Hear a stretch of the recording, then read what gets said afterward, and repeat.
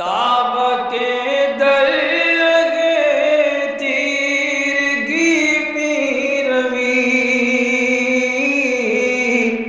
بہر توبہ درائے شباب غوی بشنو از گوش دل مثنوی مانوی در رہے صدق برتا مسمم شوی بشنو از گوش دل مثنوی مانوی در رہے صدق برتا مسمم شوی۔ بسم اللہ الرحمن الرحیم، الحمدللہ رب العالمین والصلاة والسلام علی سیدنا مولانا محمد سید الاولین والآخرین وعلی آلہ واصحابہ اجمعین، اما بعد۔ گزشتہ ہم کو بتایا جا رہا تھا کہ اسلام میں ہجرت کی بڑی اہمیت ہے۔ جہاں تک ہو سکے حالات کو اپنے فیور میں کرنے کی کوشش کرنی چاہیے، حق کے راستے پر ڈٹے رہنا، اور جہاں تک ہو سکے باطل سے مقابلہ کرنا۔ لیکن باطل سے مقابلہ کرنا اگر ممکن نہ ہو، حالات ہمارے سازگار نہ ہو جائیں، تو ہجرت کرنے کے سوا، دوسری طرف جانے کے سوا کوئی راستہ نہیں۔ اور وطن کی جو محبت ہے، جس مقام پر آدمی رہتا ہے، وہاں سے اس کو ایک خاص قسم کا لگاؤ ہو جاتا ہے، محبت ہو جاتی ہے۔ تو اچھائی کے لیے اس محبت کو قربان کرنا یہ ہجرت میں ضروری ہوتا ہے، اور جب تک یہ چیز نہیں ہوگی کوئی آدمی ہجرت نہیں کر پائے گا۔ حدیث شریف کے حوالے سے بتایا گیا تھا کہ حدیث شریف میں جو آیا ہے کہ وطن کی محبت ایمان کا جزو ہے، ایمان کا حصہ ہے۔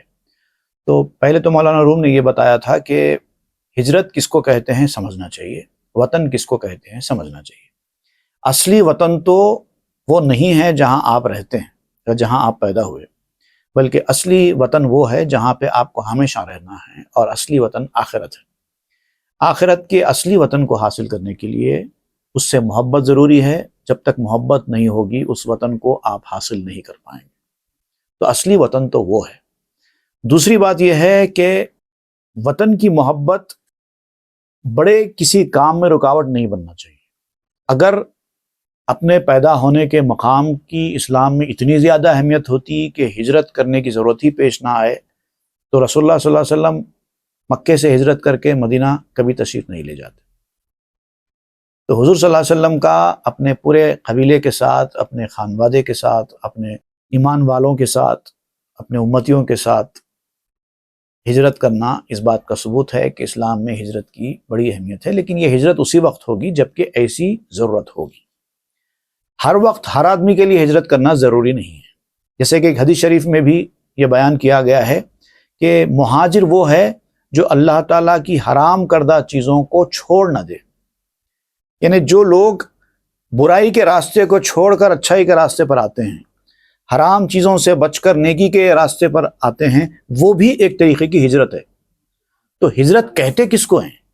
ہجرت کی تعریف یہ بیان کی گئی ہے کہ صورتحال کو بہترین میں تبدیل کرنے کے عمل کو ہجرت کہتے ہیں۔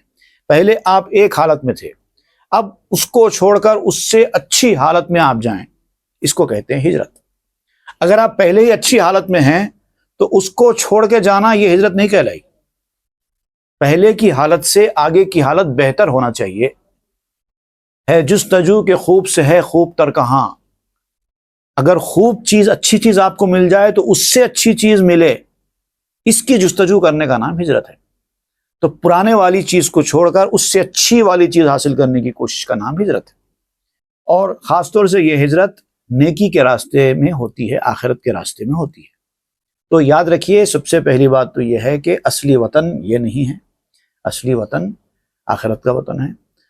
اور ہجرت صرف ایک مقام سے دوسرے مقام کو منتقل ہونے کا نام نہیں ہے، بلکہ اچھائی کی تلاش میں منتقل ہونے کا نام ہے۔ چاہے وہ مقام ہو، چاہے وہ حالت ہو، چاہے وہ عمل ہو، چاہے کچھ بھی ہو۔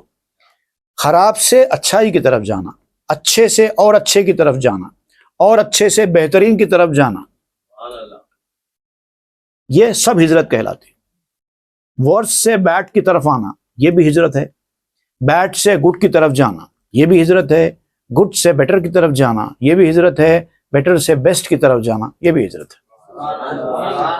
تو اس کو سمجھیے، اور ایسی ہجرت ہر کسی کو کرنی چاہیے۔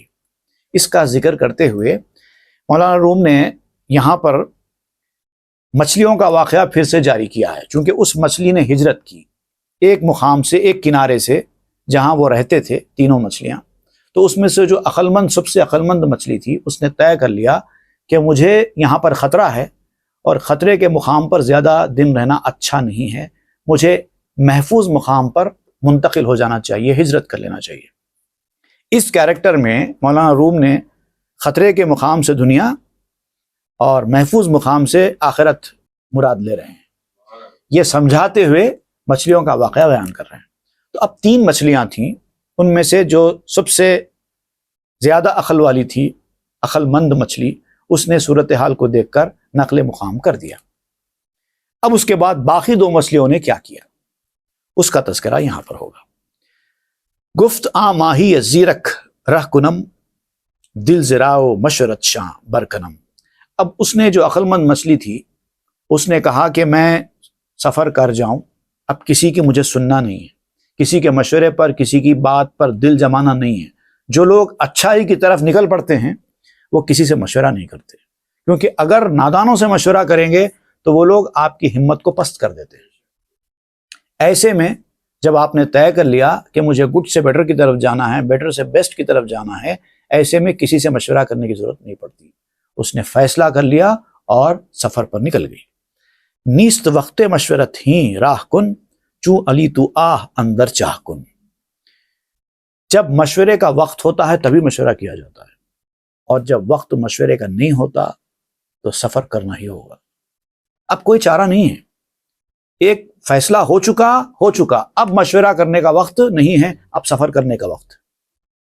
مشورہ ابتدائی دنوں میں ہوتا ہے، جب کہ پکچر ابھی کلیئر نہ ہوا ہو تب مشورہ ہوتا ہے۔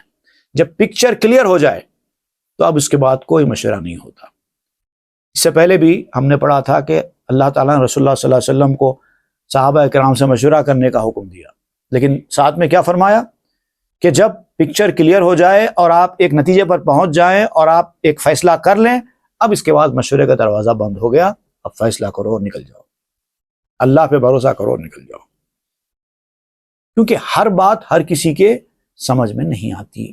بعض وقت بعض چیزوں میں آپ دوسروں سے مشورہ کرتے ہیں اور آپ جو دیکھتے ہیں، آپ جو سمجھتے ہیں، سامنے والا اس کی حقیقت کو نہیں سمجھ پاتا، اس لیے وہ لوگ صحیح مشورہ نہیں دے پاتے، تو ایسے میں آپ کی ہمت پست ہو جاتی ہے۔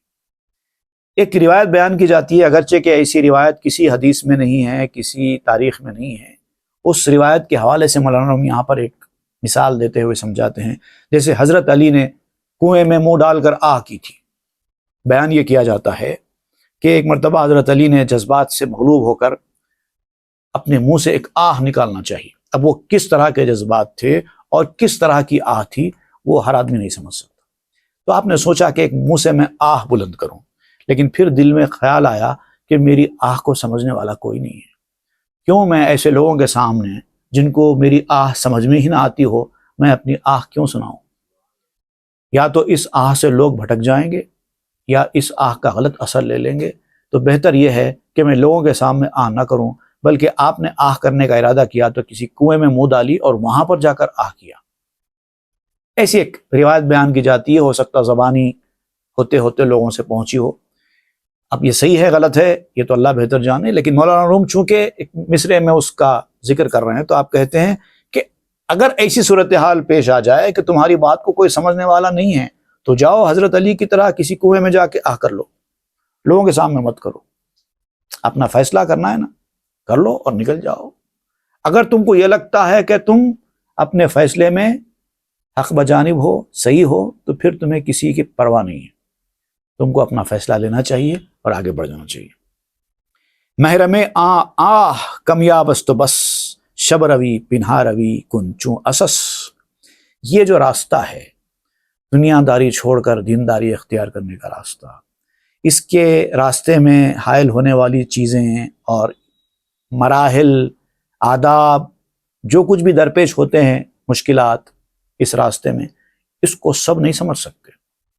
لوگ تو آپ کا مذاق اڑاتے ہیں. اگر آپ اس راستے میں جانے کا ارادہ کر لیں اور لوگوں کے سامنے جا کر کہیں کہ میں نے اب یہ سب چھوڑنے کا فیصلہ کر لیا ہے، میں اب دینداری کے راستے پر جاؤں گا، لوگ اتنا مذاق اڑائیں گے، آپ کی اتنی ہمت پست کر دیں گے کہ آپ کو پاؤں پیچھے کھینچنے پر مجبور ہونا پڑے گا.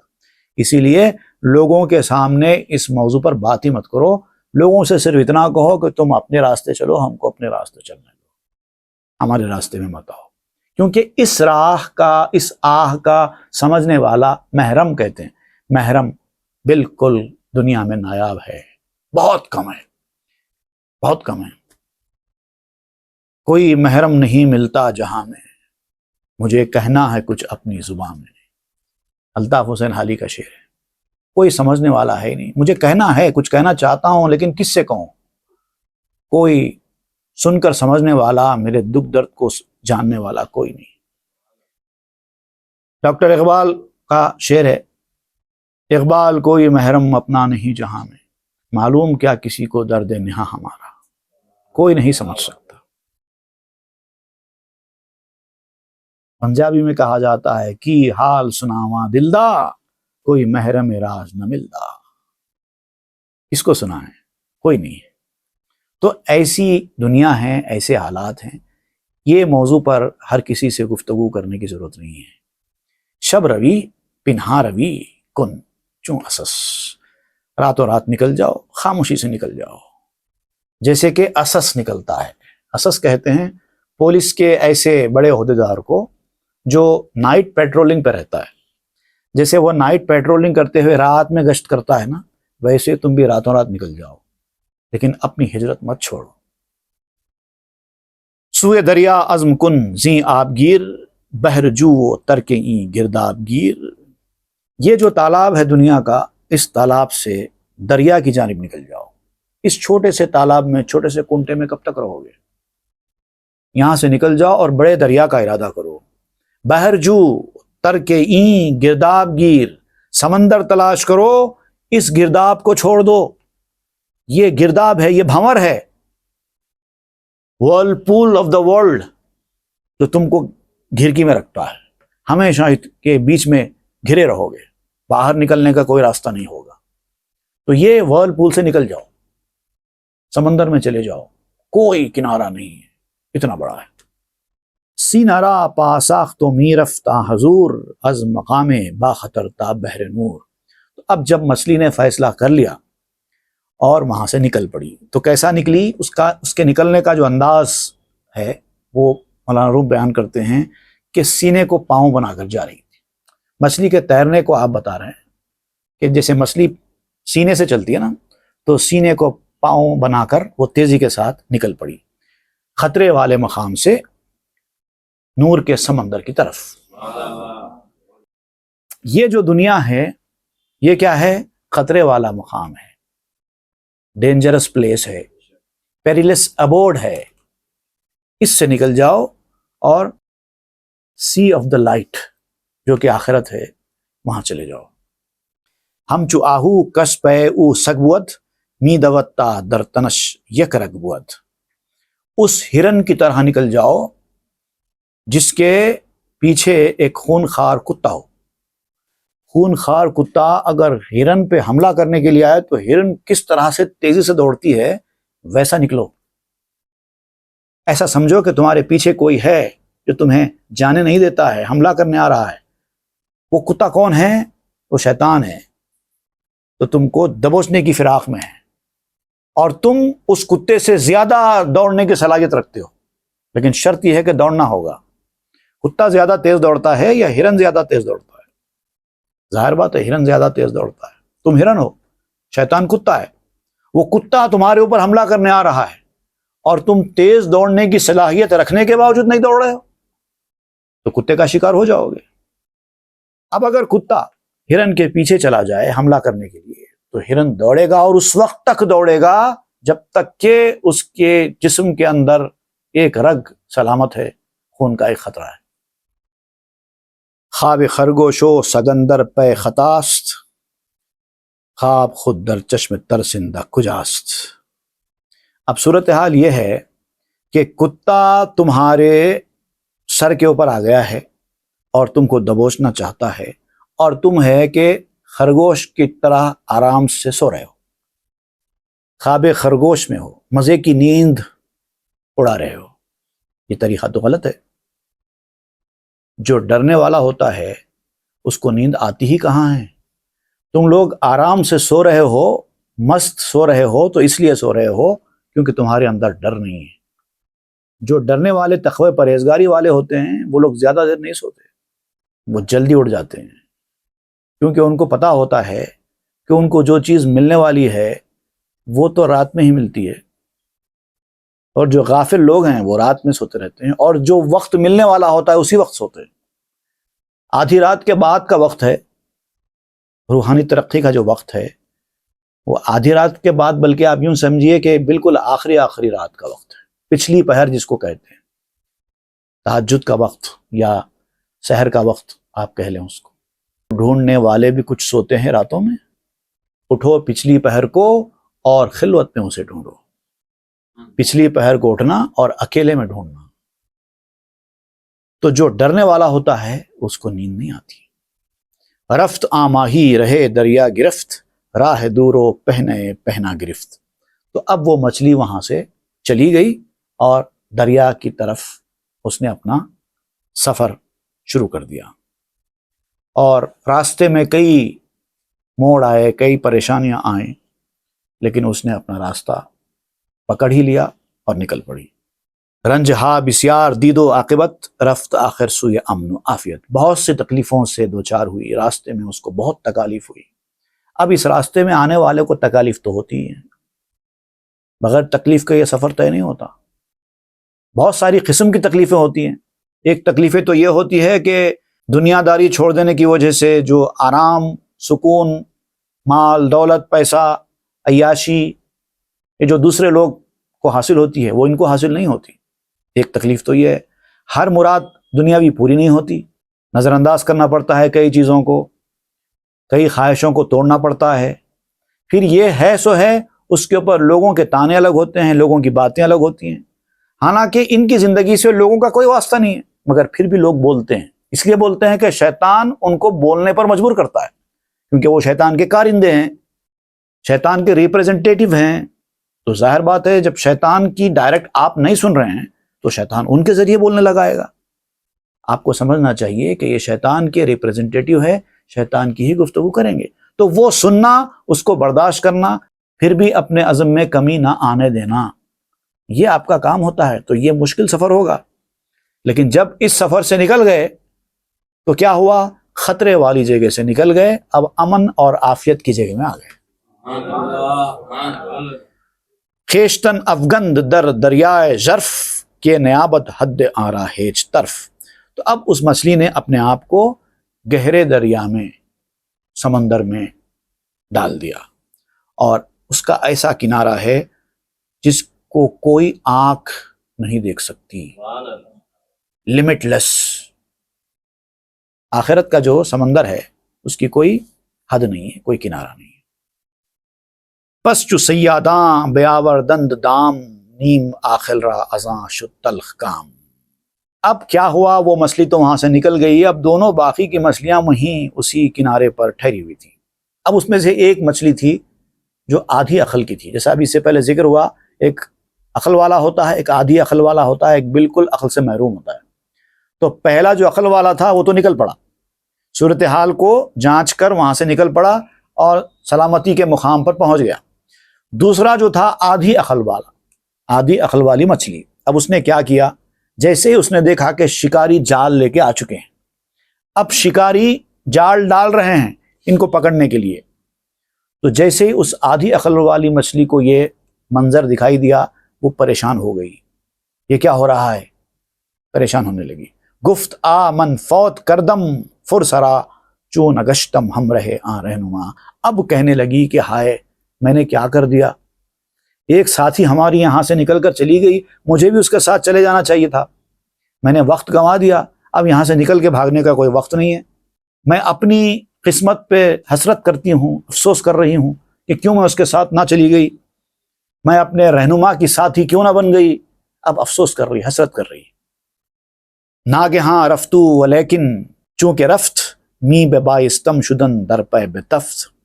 اب وہ مچھلی اچانک چلی گئی تھی، کسی سے اس نے مشورہ بھی نہیں کیا تھا، لیکن بہرحال وہ وہاں سے نکل گئی، اور میں جانتی تھی کہ وہ عقل مند ہے اور جا رہی ہے، تو میری عقل کا تقاضا یہ تھا کہ اس سے پہلے کہ میں کچھ سوچتی کرتی مجھے اس کے پیچھے ہو جانا چاہیے تھا. کیونکہ عقل مند آدمی جب کوئی کام کرتا ہے تو دوسرے آدمی کو جو اس بات کا احساس رکھتا ہے کہ میں اس کی طرح کا عقل مند نہیں ہوں، وہ فوری اس کو فالو کر لینا چاہیے. سوال بعد میں، آپ کہاں جا رہی ہیں، کیوں جا رہی ہیں، یہ سب سوال نہیں، کیونکہ فیصلہ عقل مند کا ہے. جو آدھی عقل والے بھی ہیں ان کو چاہیے کہ پوری عقل والوں کو فالو کریں. جب وہ یہاں سے جا رہی ہے اتنے زمانے تک یہاں رہنے کے باوجود اچانک، تو اس کا کام تھا کہ فوری اس کے پیچھے پیچھے ہو جانا تھا، لیکن اس نے ایسا نہیں کیا. اب افسوس کر رہی ہے. I ought to have gone after him in hot haste. لیکن اب کچھ ہو نہیں سکتا.